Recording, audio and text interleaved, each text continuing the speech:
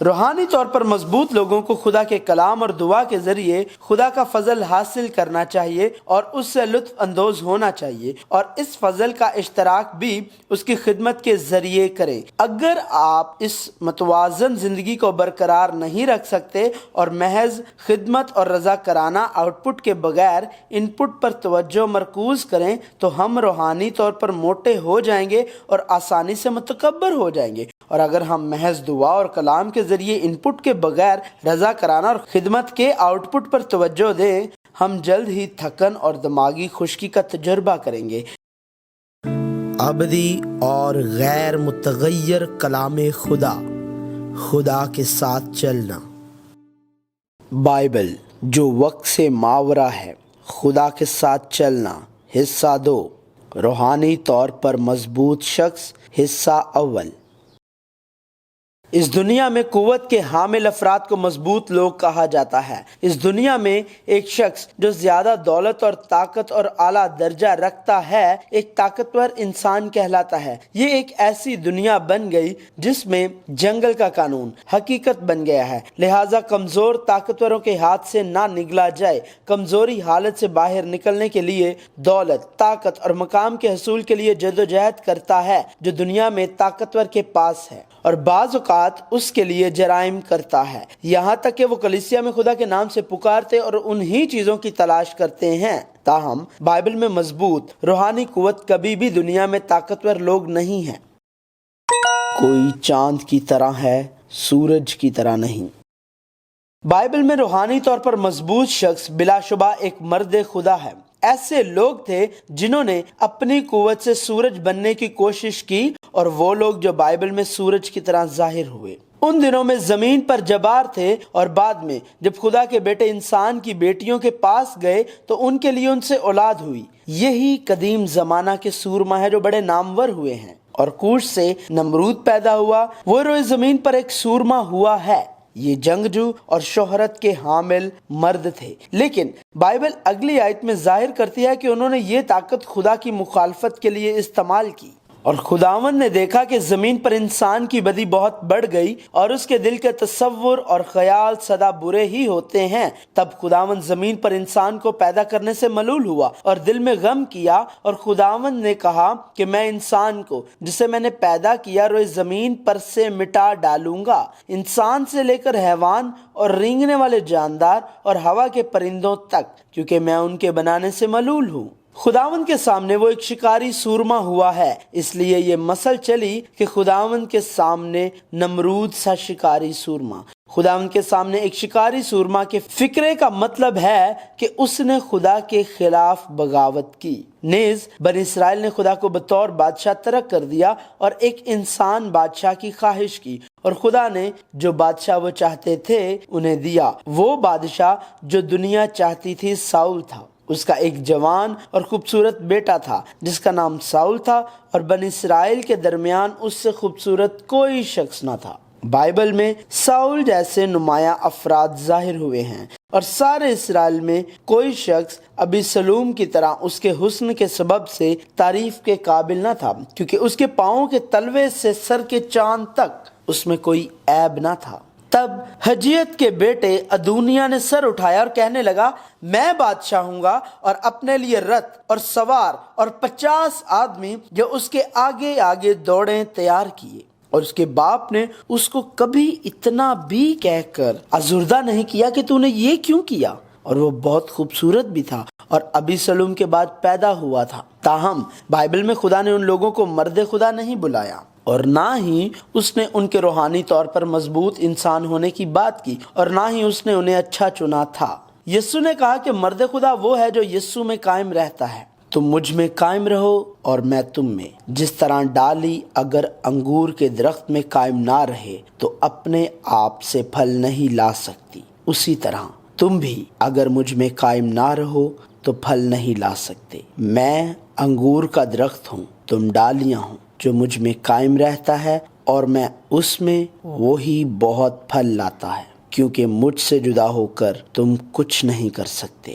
اس طرح بائبل ان لوگوں کے بارے میں بات کرتی ہے جو خود سے سورج بننا نہیں چاہتے بلکہ چاند کی طرح ہیں، جو اپنی تمام روشنی سے انکار کرتا اور سورج کی روشنی منعکس کرتا ہے۔ ایک شخص بحیثیت بادشاہ خود ہی سے انکار کرتا ہے اور مکمل خادم بن جاتا ہے، اسے بائبل میں ایک روحانی طور پر مضبوط شخص کہا جاتا ہے۔ پولس رسول، جس کو دنیا کے کسی بھی اور شخص سے زیادہ فخر تھا، نے بھی اعتراف کیا، لیکن جتنی چیزیں میرے نفع کی تھیں انہی کو میں نے مسیح کی خاطر نقصان سمجھ لیا ہے، بلکہ میں اپنے خداوند مسیح یسوع کی پہچان کی بڑی خوبی کے سبب سے سب چیزوں کو نقصان سمجھتا ہوں، جس کی خاطر میں نے سب چیزوں کا نقصان اٹھایا اور ان کو کوڑا سمجھتا ہوں تاکہ مسیح کو حاصل کروں اور اس میں پایا جاؤں، نہ اپنی اس راست بازی کے ساتھ جو شریعت کی طرف سے ہے بلکہ اس راست بازی کے ساتھ جو مسیح پر ایمان لانے کے سبب سے ہے اور خدا کی طرف سے ایمان پر ملتی ہے، اور اعلان کیا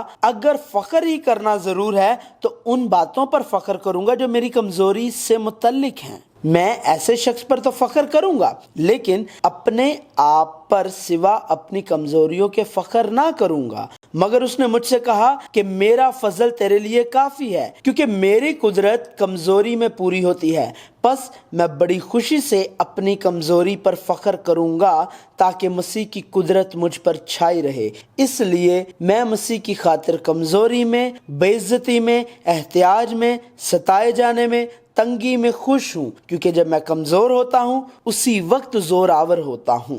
مسیحی دنیا کے مضبوط ترین لوگ نہیں ہیں، بلکہ وہ جو دنیا کی طاقت پر فخر نہیں کرتے بلکہ یسوع میں قائم رہتے ہیں اور یسوع کی طاقت رکھتے ہیں، انہیں بائبل میں روحانی طور پر مضبوط شخص کہا جاتا ہے۔ وہ ایسے لوگ نہیں ہیں جنہوں نے خدا کو ڈھونڈا اور خدا سے وہ طاقت مانگی جس پر دنیا فخر کرتی ہے اور آخر کار اسے حاصل کر لیا۔ بائبل میں روحانی طور پر مضبوط شخص مرد خدا ہے جو یسوع مسیح سے منسلک ہے اور خدا کی بادشاہی میں یسوع مسیح کے ساتھ رہتا ہے۔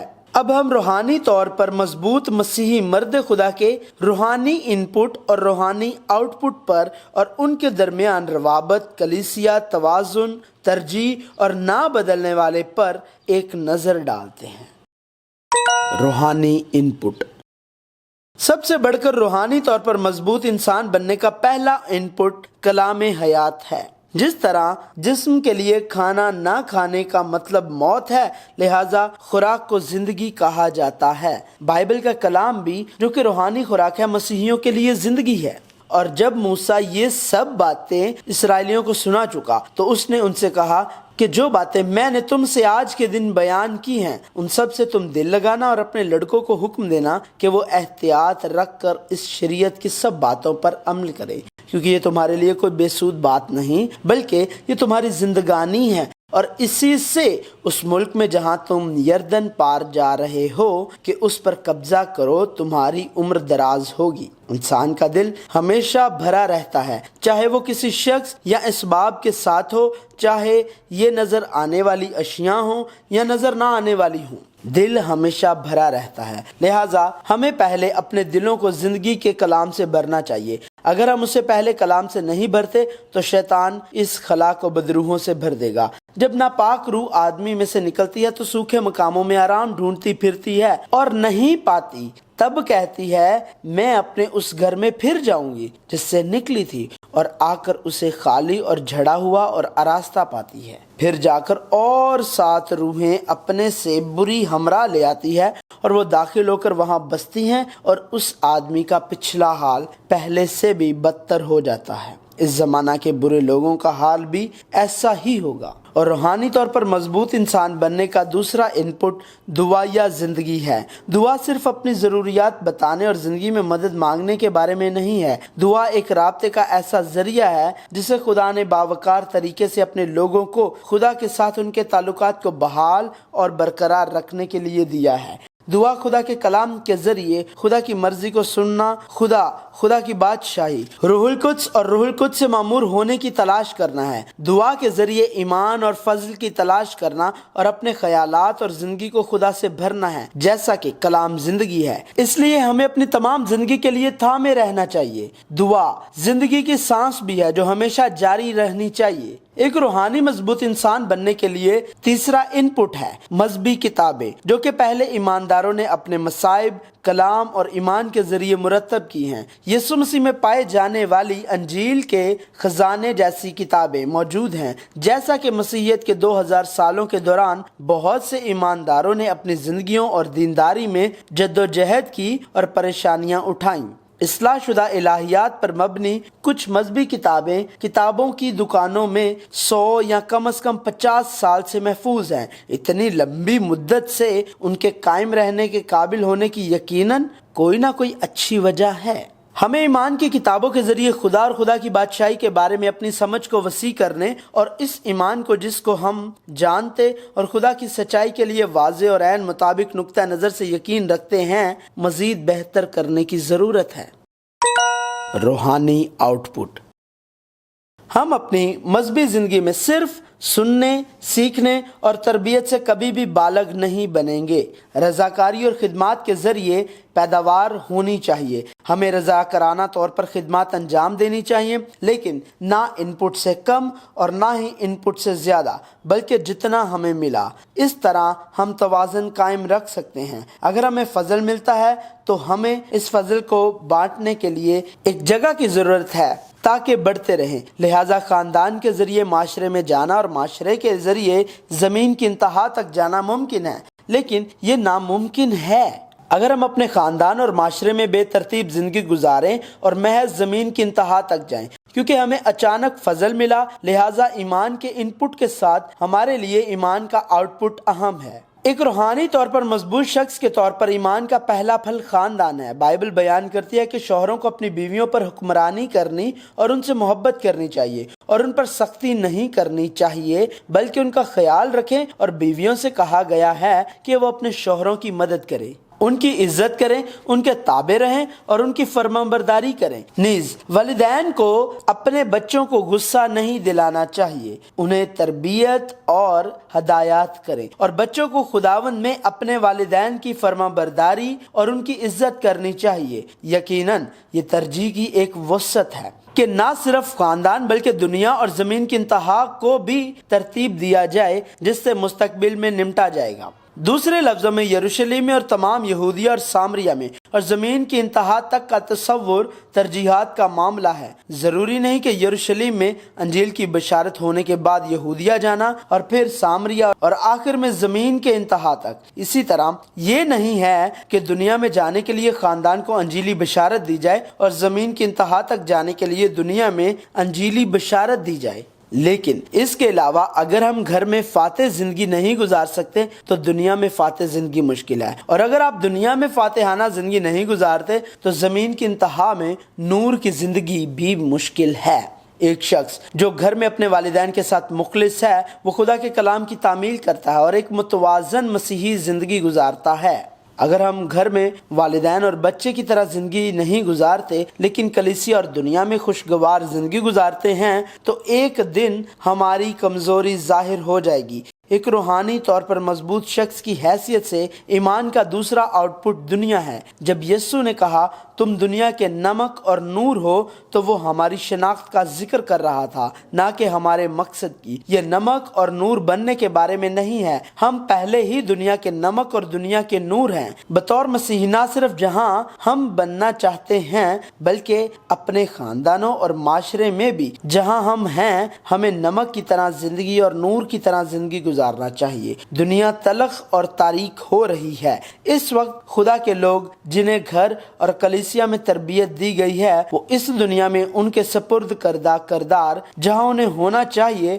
अदा कर रहे हैं। एक रूहानी तौर पर मजबूत शख्स की हैसियत से ईमान का तीसरा आउटपुट जमीन की इंतहा है। यीशु ने खुदा के लोगों को पूरी दुनिया में जाने के लिए और तमाम कौमों के लिए हर चीज का गवाह बनने के लिए भेजा। खुदा ने खुदा की बादशाही को मुकम्मल करने का हदफ मुकर्रर किया है और असबाब और तरीके भी मुतय्यन किए हैं, और वो है अंजीली बशारत। हम इसलिए अतायत करते हैं क्योंकि खुदा ने हमें हुक्म दिया है। ये खुदावंद का जिसने हमें ज़िंदगी दी हतमी हुक्म है। खुदा के लोग जो ज़ुबान और सकाफती रुकावटों पर काबू पाते हुए खुदा की बादशाही की मुनादी करेंगे, खुदा के साथ चलेंगे ताकि दुनिया खुदा को जान सके। राबता कलीसिया। जिंदगी के कलाम से मजबूत हुए एक मसीही के लिए मजहबी किताब, दुआया जिंदगी और घर, दुनिया और दुनिया की इंतहा तक फाते जिंदगी गुजारने के लिए कलीसिया तरबियती मकाम है जो रूहानी इनपुट और रूहानी आउटपुट को जोड़ता है, और वो राबता है जो रूहानी फराहमी का मुस्तकिल जरिया बन जाता है। राबता जो कि कलीसिया है के अंदर दो सतून हैं, उनमें ईमान का इनपुट इबादत और ईमान का आउटपुट खिदमत है। अव्वल इबादत के शोबे में अगर हम मसीही हैं जिन्होंने कलाम और दुआ के ज़रिए सेहतमंद तरीके से रूहानी इनपुट हासिल किया, तो हमें प्रस्तिश के ज़रिए मज़ीद फजल हासिल होगा। इबादत पर जोर देने और जोर देने में किसी चीज़ की कमी नहीं है, ताहम इनपुट इलाका को याद रखना ज़रूरी है जो पहले से मौजूद है। दूसरे अल्फाज में दवाई चाहे कितनी ही अच्छी क्यों ना हो, अगर चावल बुनियादी खुराक ना हो तो दवाई जहरीली हो सकती है।